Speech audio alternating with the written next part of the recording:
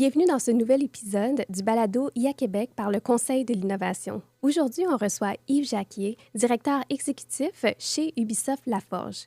Ubisoft est un leader mondial dans l'industrie du jeu vidéo et déjà en 2011, ils avaient prédit que l'IA permettrait de créer des mondes virtuels beaucoup plus riches. Yves Jacquier va nous partager les valeurs qui entourent l'utilisation de l'intelligence artificielle au sein de son entreprise.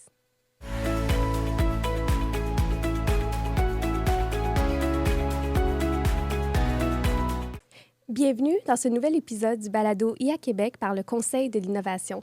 On reçoit aujourd'hui Yves Jacquier, directeur exécutif chez Ubisoft Laforge. Bonjour Yves. Bonjour Anne, bonjour Luc. Bonjour Yves. Hey, c'est génial. Yves Jacquier lui-même. Lui-même, Oui, qu'on dit qu'il exactement. n'a pas besoin de titre parce que c'est une légende ici à Montréal et dans le monde, mais on est chanceux de l'avoir ici dans notre bulle québécoise. Exactement. Yves, parle-nous un peu de ton rôle et de la mission de Ubisoft Laforge. Oui, alors Laforge, c'est un département qu'on a créé chez Ubisoft il y a 9 ans. Et la mission principale, c'est de faciliter le prototypage à partir des derniers résultats académiques. L'idée, en fait, c'est que l'industrie du jeu, c'est une industrie d'innovation. Et pour innover, il faut pouvoir expérimenter. Quand on crée une recette à travers le temps, que ce soit pour créer un jeu, que ce soit pour créer un produit, la tentation est forte de rester sur cette recette qui a fait ses preuves. Mais toujours quelque part dans le monde, il y a une innovation, une nouveauté technologique ou une nouvelle manière de faire qui a le potentiel d'être disruptif.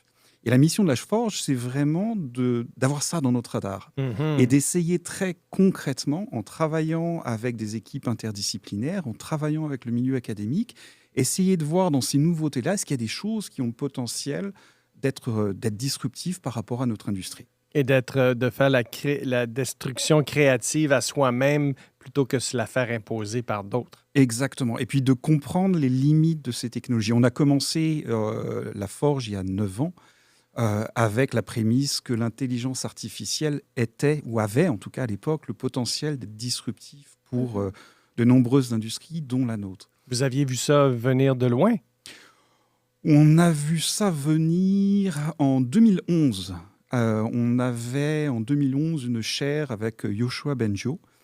On avait cette intuition de dire que les données qui permettaient d'alimenter des systèmes d'apprentissage profond pouvaient peut-être à un moment donné nous permettre de contribuer à créer des mondes virtuels plus riches pour nos joueurs. Parce que l'industrie du jeu vidéo, comme beaucoup d'industries, c'est une industrie qui crée énormément de données. Pourquoi ne pas exploiter ces données-là pour en faire quelque chose?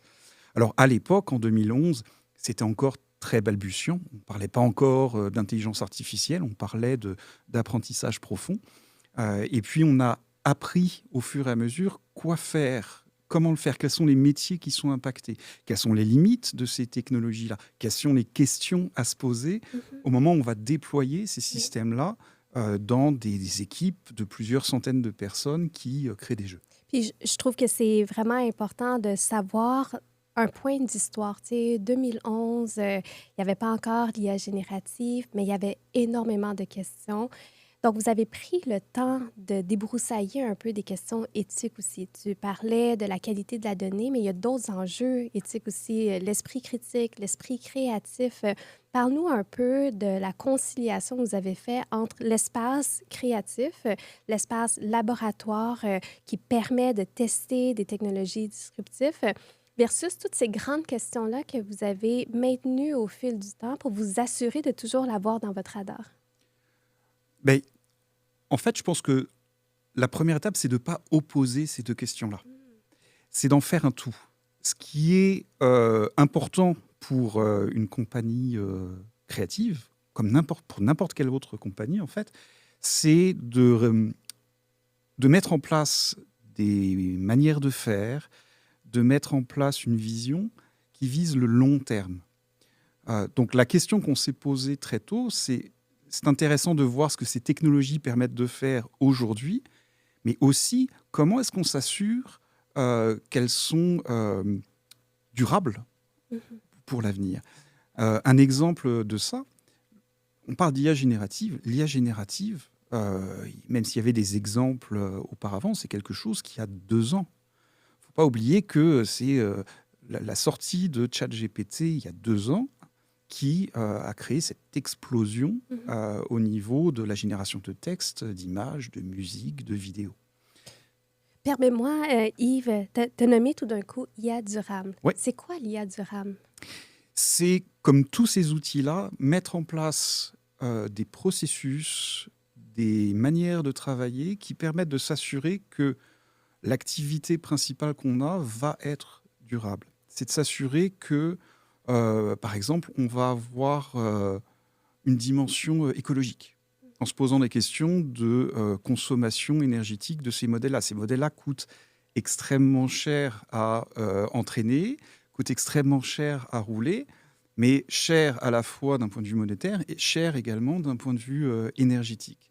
Donc on sait aujourd'hui, quand on voit l'augmentation du nombre de data centers, par exemple aux États-Unis, qui est en train d'exploser, ça arrive à une saturation du réseau électrique aux États-Unis importante, des problématiques au niveau de l'eau pour refroidir ces data centers.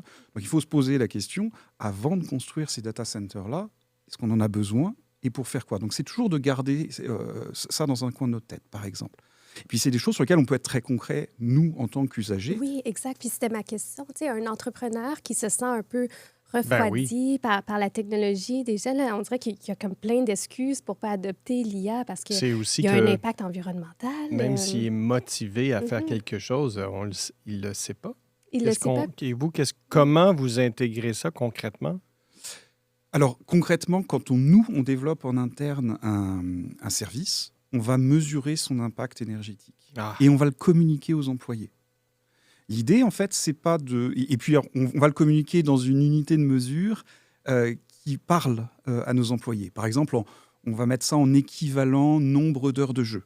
Si vous jouez 2 heures de jeu sur une console, bah, c'était l'équivalent de créer 10 images avec notre système, par exemple. Donc, c'est ce genre de choses-là qu'on fait simplement pour conscientiser les gens et puis s'assurer qu'ils utilisent ça comme un outil, mais en étant informés. Et c'est quelque chose que nos employés demandent. Ah. Ils demandent de la transparence, ils demandent de l'explicabilité sur ces modèles-là. Est-ce que c'est une question de génération ou tout le monde se pose ces questions-là? Je pense que c'est un peu des deux, en fait. Ok. Je pense que j'ai le privilège de travailler à la Forge avec beaucoup de jeunes. C'est super stimulant. Et c'est très, très stimulant pour moi de voir les questions qu'ils et elles se posent et les solutions qu'ils et elles cherchent à apporter. C'est une génération très constructive, en fait, par rapport à ça. Donc, eux nous posent beaucoup de questions et nous mettent au défi. Mais je le vois aussi dans la plupart des communautés championnes de l'IA. On a par exemple au Québec la chance d'avoir Sacha Lucioni Exact. qui défend beaucoup ces questions de transparence auprès des entreprises qui créent ces sur IA-là. la transparence sur les impacts environnementaux. Absolument. Et donc je pense que c'est quelque chose qui est en train on essaye de sensibiliser de plus en plus les gens à ça. Et je pense que les gens sont plus sensibles. J'ai 2 jeunes enfants.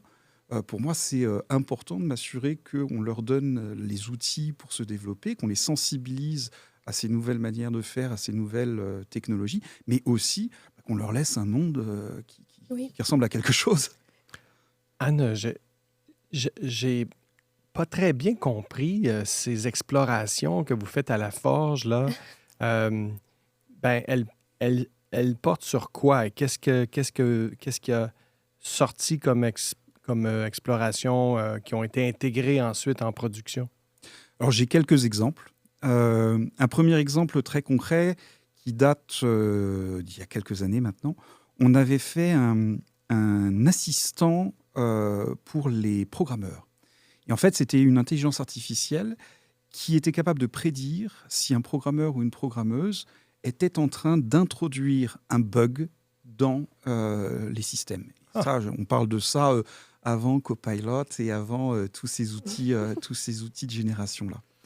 Et en fait, ça a fonctionné très bien et on a appris énormément de choses à la fois d'un point de vue technologique, mais aussi quelles sont les bonnes questions à se poser quand on déploie ça en production. Et on s'est retrouvé en face de 2 défis importants. Le premier défi, c'est qu'à l'époque, il y avait peu d'encadrement sur les données utilisées pour entraîner des modèles. Et puis, on était arrivé d'abord avec une approche assez naïve. On envoie toutes les données de programmation, donc l'heure à laquelle tu as soumis ton code, le contenu de ton code. Tout était capté. Tout était capté. Et puis on entraînait ces modèles-là et on avait des taux de réussite de 85%. On était extrêmement contents. Ça voulait dire qu'on était capable d'arrêter 85% des bugs avant qu'ils ne soient dans ce qu'on appelle le build, dans le programme. On était très, très contents, très fiers de ça, jusqu'au moment où on s'est posé la question, est-ce qu'on n'est pas en train d'avoir un système qui est en train d'évaluer nos programmeurs et nos programmeuses? C'est l'émotion que je viens d'avoir. C'est de l'hyper-surveillance aussi, de ces capacités-là. L'intelligence artificielle, sa nourriture première, c'est la donnée. La donnée vient de nous, de nos activités. Puis aussi, les gens, peut-être qu'ils ne veulent pas partager leurs données à des fins de performance, mais ils veulent la partager pour avoir un meilleur environnement de travail, ou peut-être qu'il y a des moments où tu veux pas la partager du tout.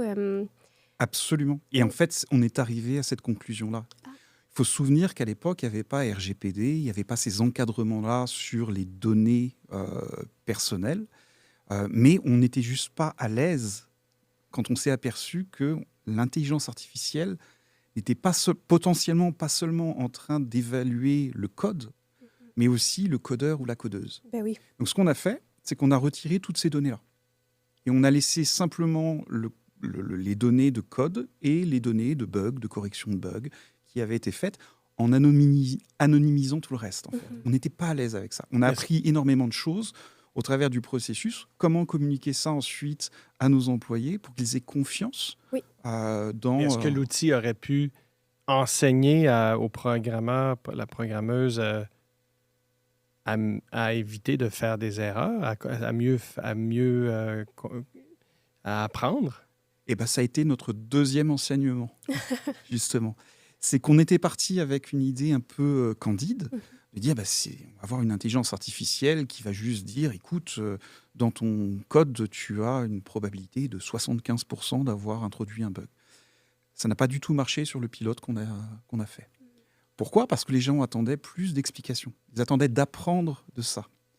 Et puis, on a changé notre approche sur le pilote. On a appris énormément de choses par rapport à ça à nouveau, en expliquant ce que l'intelligence artificielle faisait. Et puis, c'est là qu'on a mis un focus particulier sur l'explicabilité en intelligence artificielle. Avant que... Puis si tu décortiquais explicabilité là, pour les entrepreneurs, les dirigeants, les dirigeantes, là, comment tu simplifierais ce concept-là? Le concept de l'explicabilité, c'est de dire une intelligence artificielle, c'est quelque chose qui va faire une prédiction associée à un pourcentage de fiabilité. Par exemple, je pense qu'il y a un bug dans ton code et je pense que j'ai à 75% raison. Mais si je dis juste ça, comment est-ce que je peux avoir confiance dans le résultat ? C'est comme recevoir un diagnostic médical où on nous dit, écoute, tu as 60% de chances d'avoir telle ou telle maladie. Tu n'as pas de remède. Là. Oui, pas d'explication. Pas d'explication, rien. Pas de détails. Qu'est-ce qu'on Exactement. C'est le même principe. C'est de dire, quels sont les éléments, par exemple dans le code, qui permettent à l'intelligence artificielle de déduire qu'il y a un potentiel d'erreur. Par exemple, en disant, cette ligne-là m'apparaît suspecte. Cette fonction-là est plus complexe que ça d'habitude et a déjà causé des problèmes par le passé. Et donc, en étant capable d'exposer ces raisons-là, ça permet au programmeur et à la programmeuse de prendre des décisions, de dire, oui, OK, je comprends mieux pourquoi tu penses qu'il y a 75% de chances qu'il y ait un bug dans mon code, mais non, ça... Là où toi, tu vois un risque, moi, je suis expérimenté et je fais confiance à cette section-là et je prends la décision de soumettre mon code quand même ou pas. Donc, la compétence, déjà, de savoir si oui ou non on utilise le résultat de l'intelligence artificielle. Mais il y a quelque chose encore de plus important que tu as nommé, c'est la bonne gouvernance que j'appelle. Parce qu'avant de commencer un projet en intelligence artificielle, puis j'aimerais t'entendre parler sur la préparation qu'il faut pour commencer un projet d'intelligence artificielle, vous êtes quand même tracé une ligne rouge pour dire, si ça arrive, j'arrête. Mais comment est-ce que tu définis cette ligne rouge-là? Elle est très difficile à évaluer parce que ça va vite, Oui. c'est nouveau. Il n'y a pas toujours la transparence qu'on aimerait avoir sur les grands services d'intelligence artificielle. Quelles sont les données sur lesquelles ces services ont été entraînés, par exemple. Donc je pense qu'il faut bien définir ces valeurs et les utiliser comme une étoile polaire et suivre ces valeurs-là. Si la compagnie a des valeurs de transparence, par exemple, eh ben, c'est d'aborder le problème sous cet angle-là. Si une compagnie comme Ubisoft, qui fait des jeux vidéo, c'est une compagnie qui est interdisciplinaire par nature. Parce que pour faire un bon jeu vidéo, ça prend des artistes, ça prend des programmeurs, des programmeuses, ça prend des chefs de projet, ça prend des designers, etc. Donc la manière dont on va aborder ces projets-là va être sous cet angle-là. Un angle interdisciplinaire. Mais de manière générale, il faut vraiment définir ses propres valeurs en tant qu'entreprise et puis ne pas succomber à la tentation de s'en écarter, en fait. De ne pas tomber dans le gadget. Oui, faire de l'IA pour faire de l'IA. Faire de l'IA pour faire de l'IA, de faire de l'IA par peur de perdre quelque chose. Il faut le faire en réfléchissant à la valeur qu'on veut créer et puis en étant proche de nos propres valeurs en tant que corporation. Puis moi, j'ai eu la chance d'être sur un panel avec Yves. Puis c'est comme ça qu'on s'est connus. Yves, il martelait l'IA, c'est vraiment les outils. On ne devrait pas parler d'IA, mais on devrait parler de fonctionnalité. Et après le panel, Yves et moi, on devait communiquer ensemble. Puis j'avais changé mon titre pour directrice de fonctionnalité. Puis ce que j'aimais de ton approche sur la fonctionnalité, c'est justement de le ramener à qu'est-ce qui est utile pour une organisation. Puis quand tu vas vers ce qui est utile, mais là, tu crées de la valeur où tu veux en créer. Là. Absolument. Écoute, ça me fait très plaisir que tu me rappelles cette anecdote. L'idée, en fait, elle est simple. Elle est de dire, aujourd'hui, dans un éditeur standard de texte, on a un correcteur orthographique. Moi, j'appelle ça un correcteur orthographique. C'est une fonctionnalité. Et c'est quelque chose qui me permet, moi, d'aller beaucoup plus vite quand j'écris un texte, quand je rédige un courriel. Ça me permet d'être beaucoup plus efficace. Maintenant, en 1450, à l'époque de Gutenberg, on aurait appelé ça de la sorcellerie.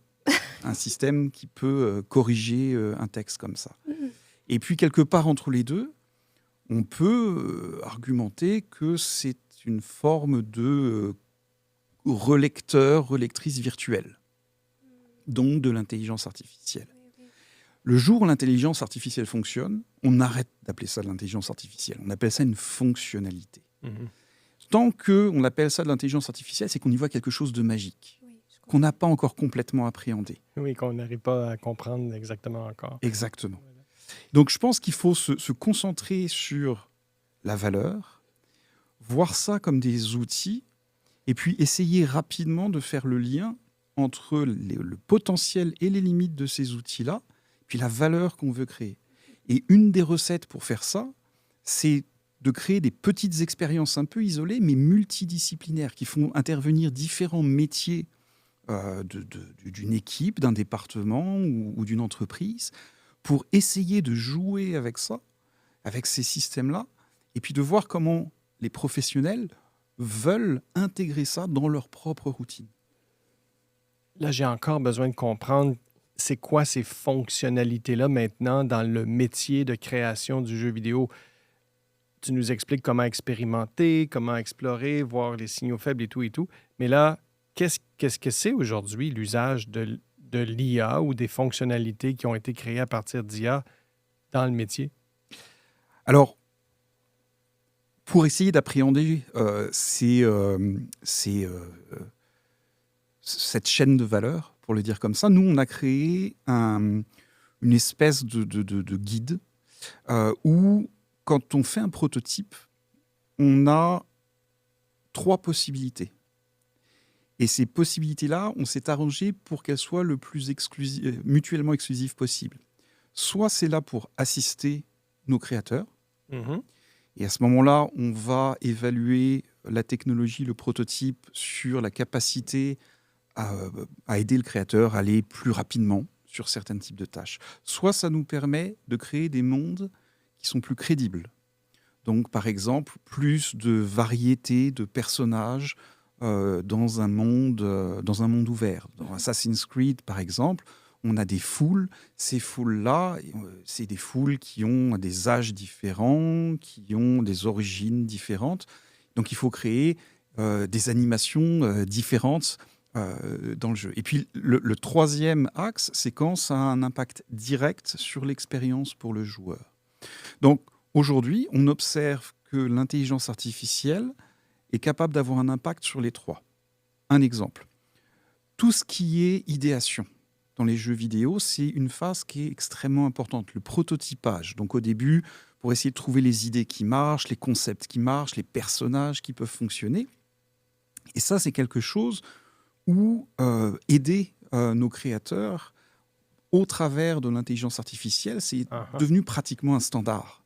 Parce que si je veux créer, auparavant, si je voulais créer 10 idées de personnages différents pour pouvoir les proposer, discuter avec mes équipes et itérer, ça pouvait me prendre une semaine. Aujourd'hui, ça va me prendre une demi-journée maximum. Donc ça, c'est un premier exemple au moment de la conception et de l'idéation. Il y en a d'autres. Un deuxième exemple, pour des mondes plus divers et plus riches, on a créé une technologie pour créer des visages qui soient plus variés dans les jeux vidéo. Parce que c'est quelque chose qui demande beaucoup de travail. Et puis quand on veut créer toute une foule, des jeux vidéo plus anciens avaient tendance à recréer toujours un petit peu les mêmes personnages en changeant la coiffure, le chapeau, mais au bout d'un moment, ça finissait par se voir. Exactement. Et on a changé ça de manière à créer des mondes qui soient plus riches, avec plus de diversité, plus de variété dans nos personnages. Et puis un troisième exemple, l'expérience du joueur, c'est un projet qu'on a lancé il y a 2 ans maintenant avec une autre compagnie de jeux vidéo qui s'appelle Riot et qui vise à essayer de détecter la toxicité dans les jeux vidéo en ligne. Et donc, on s'est allié avec Riot pour faire ça, à la fois pour partager des données, mais aussi créer ensemble des modèles permettant de mieux cibler les éléments, les dialogues, les discussions toxiques dans le jeu vidéo. Moi, je trouve ça vraiment fascinant parce que tu nous parles de l'industrie du jeu vidéo qui semble être une industrie de divertissement, donc c'est vraiment normal, mais qui adresse exactement les mêmes enjeux qu'on retrouve dans la société physique. Tu nous parles des foules diversifiées. Moi, je me souviens là, des jeux vidéo dans le passé. C'est ça, c'était des très, très longues jambes avec la femme voluptueuse. Puis c'était la seule femme dans tout le lot que tu pouvais choisir. Elle était tout le temps identique, mais avec des cheveux un petit peu différents. Mais les gens, maintenant, veulent reproduire ces facettes de sociétés diverses, mais même à travers les jeux vidéo. Là, ce que tu me dis, Yves, c'est qu'il y a des enjeux de billets que vous êtes venus défaire aussi. Donc, explique-moi les enjeux de billets de 1, ça ressemble à quoi dans le monde de jeux vidéo, puis comment tu fais pour les contrer? Je vais prendre l'exemple de la création de visages, par exemple, très, très concrètement. La première chose à faire, c'est de se poser la question de la diversité des données qu'on a par rapport à ce qu'on veut atteindre. Les billets, il faut se souvenir que ça n'est pas quelque chose qui est absolu. Un billet dépend de l'usage qu'on veut faire des données, y compris pour entraîner des systèmes d'intelligence artificielle. Donc la première chose à faire quand on parle de biais, c'est de se poser la question de l'usage. Dans notre cas, à nous, on voulait créer un système d'intelligence artificielle qui crée des visages. Et pour nous, d'un point de vue éditorial, je reviens aux valeurs de l'entreprise, il était important d'avoir une vraie diversité, une vraie variété dans ces visages-là. Donc, qu'est-ce qu'on a fait ? On s'est assuré que dans les bases de données qu'on utilise pour entraîner ces modèles-là, on avait statistiquement autant d'hommes que de femmes, que de différentes ethnies, que de différents âges. Et puis quand on repérait que dans cette base de données-là, on avait un angle mort, on a pris le temps d'aller capturer ces données-là pour nous assurer qu'on avait une juste représentativité dans cette base de données. Donc c'est important de définir cette valeur de l'entreprise, c'est important de définir cet usage, et ensuite c'est important de définir cette stratégie-là au travers de nos données. Puis ça s'applique partout, ce que tu dis au niveau des billets, puis la représentativité au niveau de la donnée, parce que ce soit en finance, quelqu'un qui développe un algorithme pour accélérer une décision sur un prêt, oui ou non, qui se fie seulement sur la donnée historique d'une certaine époque où il n'y avait vraiment pas une diversité au niveau des gens à qui on pouvait octroyer des prêts. Puis si on prend cet algorithme-là avec cette donnée-là aujourd'hui, mais les résultats, ils sont biaisés. Absolument. Parce qu'aujourd'hui, les gens qui ont accès à des prêts, c'est pas seulement un certain métier puis un certain sexe aussi. Donc, ça, pour moi, je trouve que c'est un message fort qui est lancé, d'être bien conscient des biais qu'on peut amener. Mais tu sais, tu dis, on fait attention, qui ça, on? Tu sais, c'est qui devrait être autour de la table pour surveiller si ces données-là sont pas, amènent pas des biais? Alors ça, c'est une question complexe, très complexe. On a, nous, créé un rôle chez Ubisoft pour certains types de données, en fait. Je m'explique. On a un département qui s'appelle Alice chez Ubisoft et qui vise à capturer les dialogues, la capture de mouvements, capturer aussi des scans de visage, des scans corporels à destination de nos productions de jeux. Le modèle de ce département est passé d'un modèle où le département recevait des demandes de la production. J'ai besoin de tant d'acteurs, de tel type d'acteurs, de tel type de mouvement, à une mission de gouvernance de ces données-là. Parce que, par exemple, aujourd'hui, on a la capacité de créer des voix synthétiques pour faire de la synthèse de voix, text-to-speech, par exemple, mais on veut que ce soit fait de manière éthique. On veut, par exemple, que les acteurs soient rétribués de manière juste pour ça. Mais le problème, c'est que pour arriver à faire ça, il faut quelqu'un qui comprenne à la fois la donnée, le métier de l'acteur, mais aussi le besoin du jeu. Donc plutôt que de créer un rôle qui serait central chez Ubisoft, la stratégie qu'on a prise, c'est de ramener cette responsabilité-là auprès des gens qui produisent ces données. En faisant ça, on leur a donné la double responsabilité de répondre aux besoins de nos productions de jeux, mais aussi de faire en sorte que ça devienne le problème de quelqu'un une fois que les données ont été livrées. Oui, avoir une imputabilité. Et d'avoir une imputabilité par rapport à ça. Oui. Mais ça, c'est... je sens que dans l'industrie du jeu vidéo, vous pouvez être un peu plus avant-gardiste, un peu plus courageux aussi. Puis en plus, à la Forge, c'est un environnement pour tester. Mais j'allais faire le commentaire, on en parle à l'occasion, versus la réalité réelle, l'univers fictif, virtuel des jeux vidéo, j'imagine, peut permettre d'essayer plein de choses qu'un jour on aura peut-être dans la réalité sur nos routes, dans nos maisons, mais avec des conséquences beaucoup moins. Exactement. On a fait les premières voitures autonomes dans un jeu vidéo. Et effectivement, comment ça s'est passé? Ça s'est bien passé pour le jeu vidéo, mais ça fait partie de ces enjeux, de bien définir la valeur qu'on veut aller chercher, parce que dans les systèmes qu'on a entraînés, on peut le voir d'ailleurs dans Star Wars Outlaws, qui est un des jeux qu'on a sorti, où les véhicules utilisent notre système de déplacement autonome de véhicules. Mais ce qui est intéressant, c'est que pour nous, ces véhicules autonomes-là dans le jeu, même si de temps en temps ils avaient un accident, c'était pas très grave. Oui, c'est sans conséquence.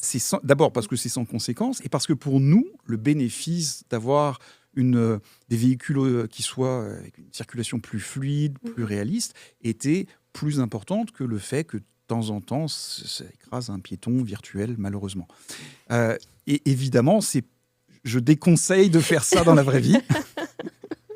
Mais on se retrouve souvent à être à l'avant-garde de ces questions-là, parce que les technologies arrivent à un niveau de maturité où il est possible et souvent souhaitable de les mettre dans un jeu vidéo, parce que c'est dans un espace qui est virtuel et où on est là pour s'amuser, avant d'arriver dans la vraie vie. Et c'est vrai pour les sujets de diversité, comme on le disait, c'est vrai pour les sujets de véhicules autonomes, c'est vrai aussi pour les questions de toxicité en ligne. Aujourd'hui, par exemple, l'industrie du jeu vidéo, on a des situations qui arrivent, où, par exemple, les joueurs inventent tous les jours de nouveaux vocabulaires et de nouvelles expressions qu'il faut être capable de détecter. Donc je suis persuadé qu'on va retrouver ça sur les réseaux sociaux, la réalité, dans pas longtemps. Puis, écoute, juste une question ici. Là. Étant donné que vous êtes précurseur et que vous pouvez expérimenter toute cette technologie, je me posais la question en termes de l'impact sur l'emploi. Est-ce que ça, dans votre industrie, chez vous, est-ce qu'au bout du compte, est-ce qu'on a moins d'employés pour la suite de l'entreprise ou on a des employés qui travaillent sur plus de choses? Comment ça se développe? Alors, je vais te partager une anecdote. Il y a 18 ans, maintenant, on a introduit le premier studio de capture de mouvement chez Ubisoft. Avant ça, les animations étaient entièrement faites à la main avec une technique qu'on appelle le keyframe, qui s'apprenait à l'école, etc. Quand on est arrivé avec le premier studio de motion capture, on a eu un pushback en bon français de tous les animateurs qui nous ont accusés de vouloir couper leur job, qui nous ont dit « voulez vous débarrasser des animateurs », etc., etc. On parle de ça il y a 18 ans. Et puis, petit à petit, la capture de mouvement est devenue un standard dans l'animation. Qu'est-ce qui s'est passé chez Ubisoft ? La capture de mouvement nous a permis d'aller chercher des mouvements plus fins et d'accélérer la production d'animation tout en laissant le contrôle à l'animateur et à l'animatrice. L'humain est encore là. L'humain était encore là. Et qu'est-ce que ça nous a permis de faire ? Le premier Assassin's Creed. On était capable d'un seul coup d'augmenter notre capacité de production pour créer des foules, pour créer des animations plus spectaculaires en nous concentrant sur ces animations qui avaient plus d'importance. Hyper réalistes. Hyper réalistes ou au contraire très cinématographiques, par exemple. Et au final, c'est le paradoxe de Jay Vance, on a eu besoin de plus d'animateurs et plus d'humains pour exploiter cette matière première-là offerte par la capture de mouvement. Et je pense que l'intelligence artificielle, non seulement on peut, mais on doit avoir la même approche. Oui, puis on est en train de créer des métiers aussi, parce qu'il y a une étude au Canada qui indique que 60% des métiers sont affectés par l'intelligence artificielle. Mais en même temps, dans les 10 prochaines années, il va y avoir l'émergence de nouveaux métiers qui n'existent pas encore aujourd'hui. Quand je me dis tout le temps, vous n'allez pas perdre vos emplois. Votre emploi va être transformé. La seule raison pourquoi vous allez perdre votre emploi, c'est si vous n'êtes pas du tout intéressé à la technologie et vous ne savez pas non plus comment l'utiliser. Donc, j'ai comme l'impression que dans le coffre à outils, dorénavant, de tous les employés, peu importe le secteur, il va avoir l'intelligence artificielle de plus ou des fonctionnalités de plus, bien sûr. Mais tu sais, parfois, je t'entends parler puis je me dis, vous êtes tellement précurseur, mais on ne peut pas toujours attendre que l'industrie du jeu vidéo trace le chemin pour nous. Tu sais, un entrepreneur qui veut prendre un risque en intelligence artificielle, comment choisir le risque, le niveau qui est prêt à prendre? Donc, un petit conseil pour ces entrepreneurs-là. Il faut comprendre que l'intelligence artificielle, et notamment l'intelligence artificielle générative, nous fait passer d'un défi de production à un défi de différenciation. C'est facile pour n'importe qui de créer des images maintenant à partir de quelques lignes. Je n'ai aucun talent pour ça, mais je suis capable de créer des belles images vanille. Qu'est-ce qui va faire la différence ? C'est la capacité à se différencier par rapport aux tonnes d'images que des gens comme moi peuvent créer. Donc en tant qu'entrepreneur, je pense que ce qui est important, c'est d'identifier les endroits où on peut gagner en productivité en travaillant avec les gens de métier. Il faut inclure ces gens-là le plus tôt possible, que eux jouent avec ces outils-là, leur permettre d'avoir un espace pour expérimenter. Ça peut être en leur laissant du temps, ça peut être en leur laissant un espace virtuel sur lequel tester, faire des tests informatiques, par exemple, ou ce genre de choses. Et puis que eux reviennent avec des idées, en fait, de choses qu'on pourrait améliorer pour gagner en productivité. Ça, c'est la première étape. Mais en même temps... Les gens du métier eux-mêmes. Eux-mêmes. Voilà. Il faut inclure les gens là-dedans. Il ne faut pas arriver avec ce que font trop souvent des compagnies technologiques, en arrivant en disant « Tiens, je te présente ma solution et elle est bonne pour toi ». Ça ne marche pas, ça. Non. Il faut inclure les gens pour que eux éduquent les spécialistes en IA sur ce qui fonctionne, ce qui ne fonctionne pas, où est-ce que ça aide, où est-ce que ça n'aide pas. Et c'est seulement au travers de cette expérimentation qui est propre à chaque département, chaque équipe, chaque entreprise, qu'on est capable de créer cette valeur-là. Donc d'abord en réfléchissant d'un point de vue gain de productivité, parce que c'est la partie qui est la plus facile à intégrer dans des workflows et des manières de travail existantes. Et puis, très rapidement, essayer de voir, maintenant que je suis capable de travailler plus rapidement, plus efficacement, qu'est-ce que je fais de cette productivité-là et comment est-ce que je suis capable de me différencier ? C'est toujours l'appât du gain de temps. On a l'impression que parce qu'on gagne du temps en performance, il faut qu'on double notre production. Mais ce que tu viens de dire, c'est oui, tu vas gagner du temps, mais décidons ensemble qu'est-ce qu'on fait de ce gain de temps-là. Puis peut-être dans certains cas, c'est pertinent d'augmenter en volume, mais peut-être dans certains cas, il faut faire d'autres choses. Avec, exactement. Si je reprends l'exemple de la capture de mouvement, ça nous a permis d'aller plus vite sur certaines parties de l'animation, mais ce faisant, ça nous a permis de créer des mondes plus riches et surtout de passer beaucoup plus de temps sur ce qui a vraiment de la saveur et de la valeur au niveau de l'animation et qui donne toute la saveur au jeu, en fait. Ouais. Vous avez parlé de ce troisième axe qui est l'expérience du joueur. Absolument. Vous avez parlé de la toxicité comme exemple, mais du côté positif, comment l'IA est utilisée pour créer une meilleure expérience? Par exemple, on a fait une expérience l'année dernière qu'on a présentée à un public restreint qui s'appelle Neo-NPC. Et l'idée, en fait, c'est de créer un nouveau type de personnage, un nouveau type d'interaction dans les jeux. Et d'être capable, par exemple, d'échanger avec un personnage de jeu vidéo, mais dans un cadre qui ne soit pas juste gadget. Le nombre de gadgets qu'il y a sur Internet où on a un avatar avec qui on peut parler, on trouve ça bien formidable, plus capable. Moi, je fais tout le temps le X. C'est ça. Par contre, essayer de trouver quelque chose qui crée du sens dans un cadre de jeu vidéo où ça n'est pas juste un gadget, ça c'est beaucoup plus compliqué.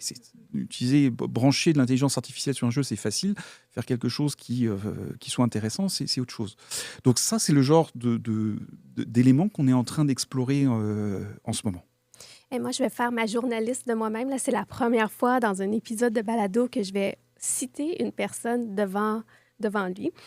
Dans un article de Radio-Canada en décembre 2023, tu as indiqué, tu as même fait une comparaison que l'IA est une forme d'assistance artistique à l'image des équipes qui ont accompagné le sculpteur Rodin ou le BDiste Hergé qui a créé Tintin. La vision du créateur reste centrale. Par contre, il y a d'autres positions. Tu sais, cette position-là est vraiment intéressante, mais il y a des gens qui sont à l'opposé de ça. C'est quoi ton argumentaire, puis comment tu navigues aussi dans cette opposition-là? Parce qu'il y en a quand même beaucoup de créateurs là, qui ont peur, qui ont peur aussi de la dilution de leur originalité. Donc, j'aimerais vraiment t'entendre là-dessus. Je pense que c'est nous qui décidons de la manière dont on utilise ces outils-là.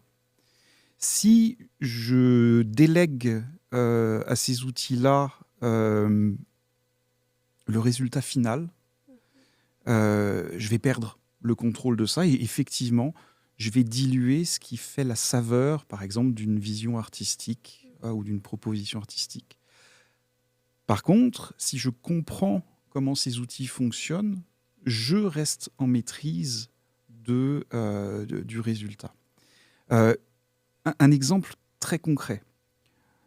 Nos artistes nous ont demandé comment ils peuvent s'assurer, quand ils utilisent de la génération d'images, d'être en maîtrise et en contrôle de la sortie.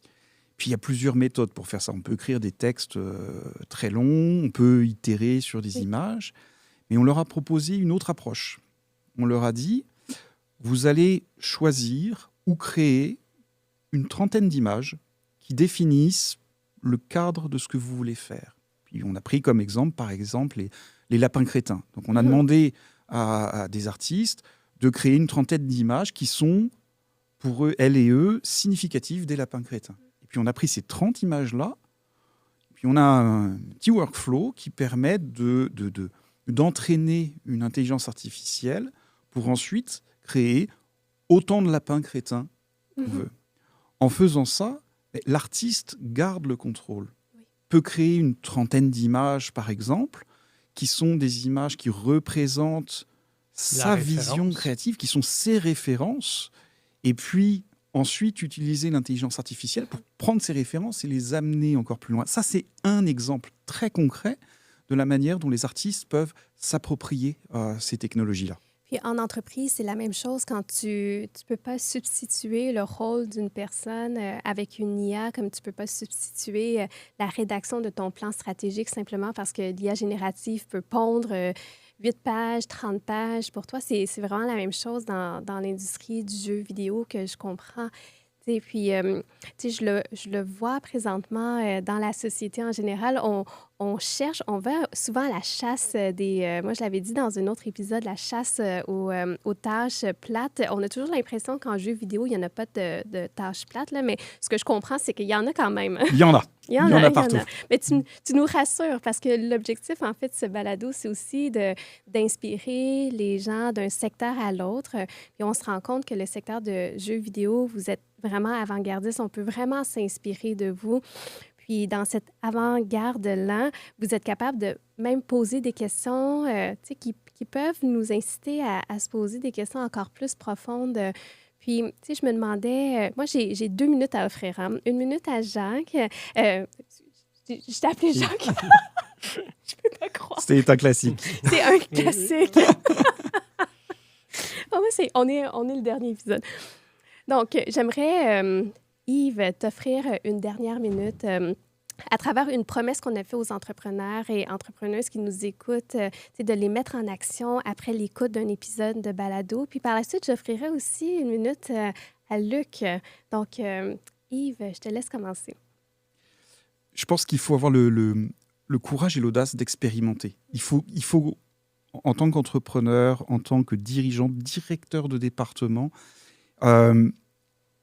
proposer un espace aux employés pour expérimenter et jouer le jeu là-dedans. S'assurer que ce ne soit pas du top-down, mais que ce soit bien du bottom-up. S'assurer qu'ils ont cet espace-là, ils et elles ont cet espace-là pour essayer des choses, proposer des choses et challenger les manières de faire. Oui.